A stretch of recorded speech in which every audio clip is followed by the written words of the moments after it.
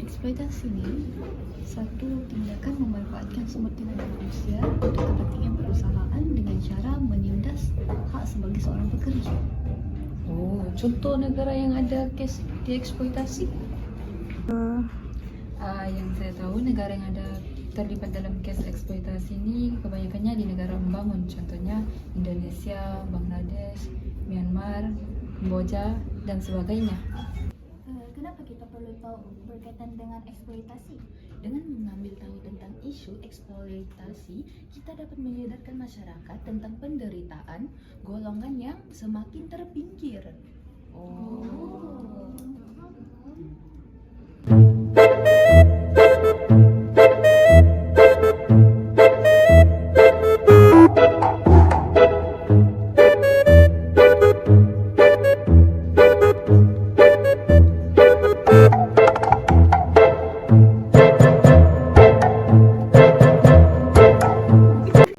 Jadi, kau tahu tak tentang faktor yang menyebabkan eksploitasi berlaku?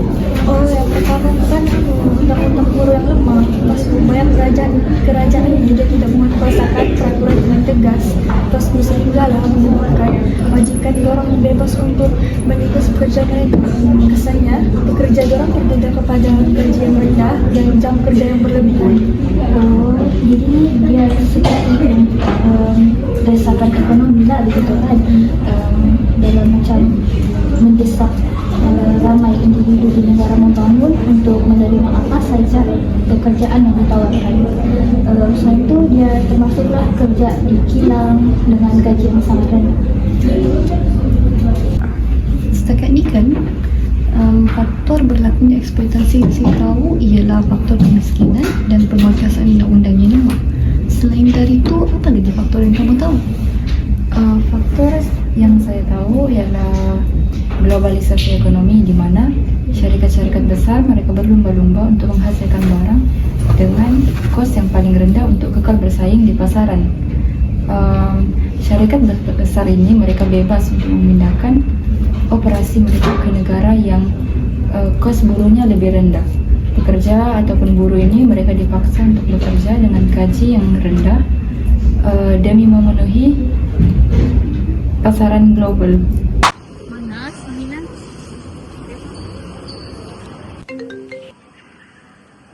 Lina. Hello? Kenapa? Kau tahu tak faktor berlakunya eksploitasi buruh di negara membangun? Mungkin salah satu faktor yang menyumbang kepada eksploitasi buruh ialah struktur rantaian yang kompleks. Syarikat multinasional menggunakan struktur rantaian bekalan yang rumit menyebabkan keadaan kerja di setiap peringkat pengeluaran sukar untuk dipantau secara menyeluruh. Oleh hal yang demikian, pelanggaran hak buruh mudah berlaku tanpa diketahui syarikat utama. Begitu. Oke, terima kasih. Apa kau buat sekarang nih? Aku study nih sekarang. Ya. Oke, bye.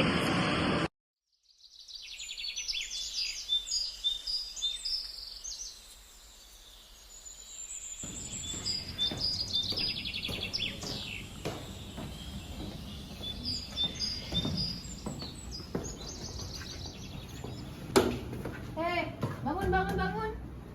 Apa nih Tasha? Kau boleh terjegat baring dekat sini? Sorry cek, saya penat cek. Kau pikir aku bayar kau untuk goyang kaki jaga? Kau pikir mesin jahit itu boleh berjahit sendiri kah kalau tidak dikerja? Hah? Sorry cek. Ini dia.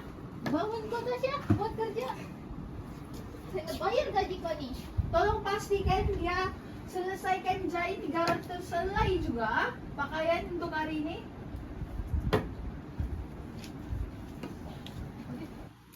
Mana pekerja budak-budak tuh?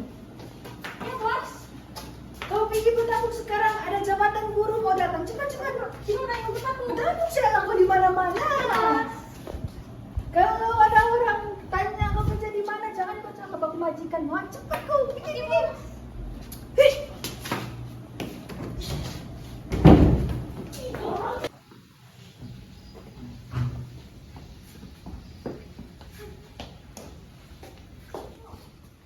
Pagi bos. Pagi. Bos. Kenapa? Saya mau cakap bos. Bisa nggak bos naikin gaji saya bos? Naik gaji?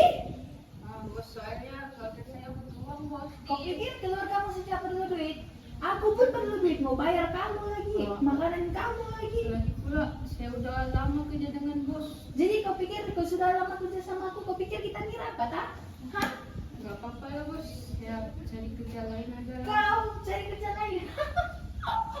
Kau tahu kak, kau sudah kiri kak, kau sekarang ini nggak laku. Sudahlah pasportmu mati. Kau mau aku lapor imigrasi, ah? Dia mau kerja sana. Ih, masalah aja. Cih. Kayak pemandur di kilang nih. Saya Puan. Sini. Ya Puan, apa kabar? Sudah makan Puan? Sudah. Gimana bagi saya surat pekerja kamu? Ini surat pekerja, kad pekerja saya di kilang. Ini ya kak? Ya, Yang lain tiada? Tiada, itu saja Tuan. Ada yang masalah paspor kak? Tiada, semua masih aktif. Oke. Oke, Puan. Sebenarnya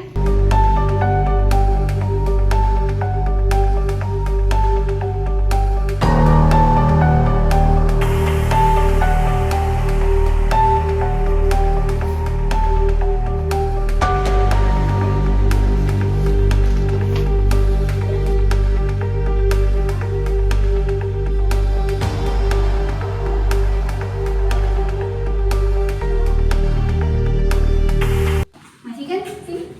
Puan, boleh kita berbincang sebelah sana Puan? Kenapa ini? Puan, hadiah. Puan, kok kira kosong-kosong lah ya Puan? Jom saya antar Puan. Oke. Senang bekerja sama dengan kamu. Ya, terima kasih Puan.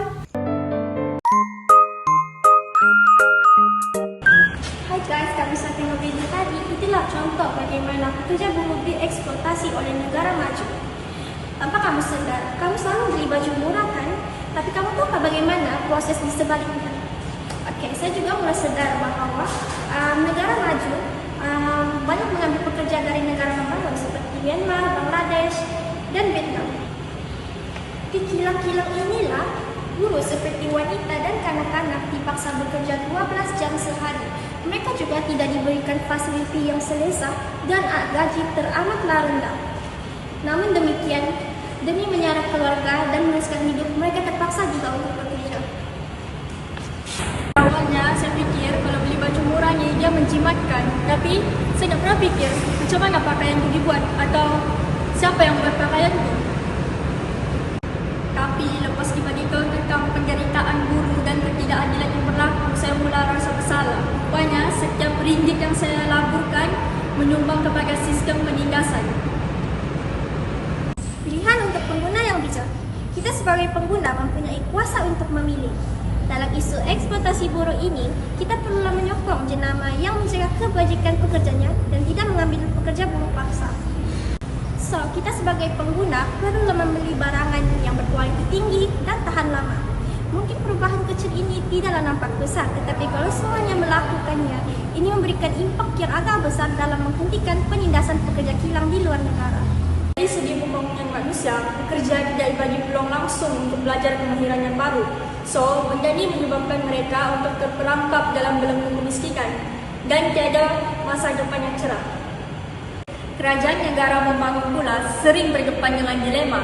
Mereka ingin menarik pelaburan, so mereka hanya berdiam diri dan menutup mulut mereka walaupun hak pekerja mereka telah dilanggar. Benda ini menyebabkan undang-undang buruh sukar untuk dikuatkuasakan.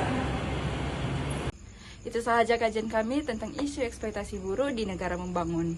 Apa pendapat kamu Putri?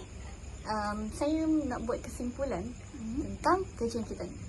Jadi secara ringkasnya, kita tidak dapat menafikan bahawa globalisasi sememangnya membawa pelbagai perubahan positif kepada industri fashion dengan mempercepat proses penghantaran dan pemerolehan barangan dengan harga yang murah. Akan tetapi, di sebalik kenikmatan ini, tersembunyi sisi gelap syarikat multinasional yang banyak mengeksploitasi tenaga buruh untuk mendapatkan keuntungan sendiri. Akibatnya, ramai golongan yang terpaksa menanggung penderitaan, terutamanya wanita hamil, kanak-kanak di bawah umur dan juga pekerja asing. Oleh itu, inisiatif dari pelbagai pihak perlu lebih dititik beratkan, terutamanya kerajaan, untuk menguatkuasakan undang-undang supaya hal ini dapat dicegah daripada tidak berulang lagi. Betul kan? Betul.